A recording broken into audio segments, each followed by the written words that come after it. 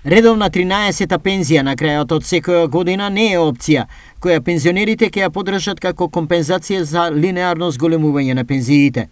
Линеарно зголемување од по 3500 денари останува приоритетно без оглед што во јавноста прострои предлогот со евентуална 13-та пензија. Ние разговаравме со повеќето од овие еве сега што потпишуваат и тие што веќе се потпишани, еве јас ги прашав сега и ми одговараат дека такво нешто е несигурно, да не речам лажно, и луѓето не го прифаќаат како такво, него се оди на ова што е барањето за покачувањето линеарна пензија.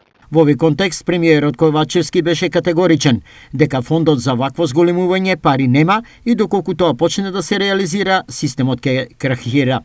Доколку се реализира вакво нешто, тоа би значило дополнителен трошок на фондот за пензиско осигурување годишно од 220 милиони евра.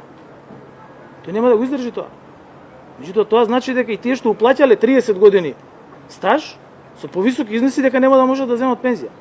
Од друга страна, професорката Мирјана Најческа тврди дека пари за пензионерите има, но сегашната распределба не е добра.